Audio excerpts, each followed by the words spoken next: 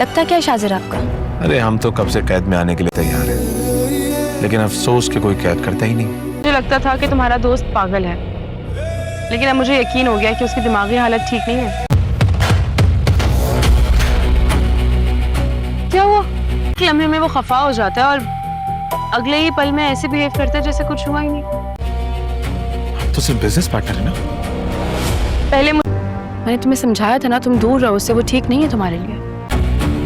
मैं इसीलिए पूछ रही थी आपसे कि आपको आता भी है कि नहीं। देखिए खून भी निकल रहा है। शाजिर कैसे हैं आप? तुम्हें क्यों मिलना है उससे?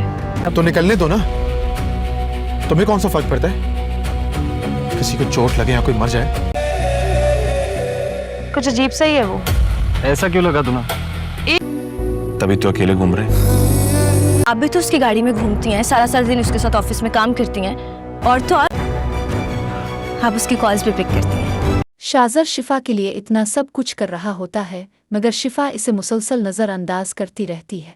शिफा का यही रवैया शाजर को बहुत बुरा लगता है।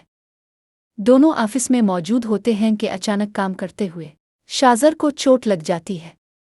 शिफा इसे देखती तो है, मगर फिक्र करने के बजाय तंजिया कहती है, मैंने पहले ही पूछा था कि आपको ये काम आता भी है या नहीं, अब लग गई ना चोट। ये सुनकर शाजर फौरन जवाब देता है, तुम्हें क्या फ़र्क पड़ता है कि कोई जिए मेरे? शाजर का ये रवैया शिफा को बहुत अजीब लगता है।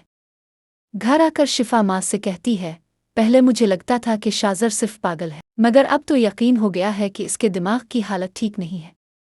एकदम बहुत ज़्यादा गुस्से में आ जाता है और फिर अगले ही लम्हे बिल्कुल नॉर्मल हो जाता है। दूसरी तरफ शिफा नरमीन को बहुत समझाती है कि वो शाजर से दूर रहे, क्योंकि इसे शाजर बिल्कुल ठीक नहीं लगता, मगर नरमीन उल्टा शिफा को ही बातें सुना देती है।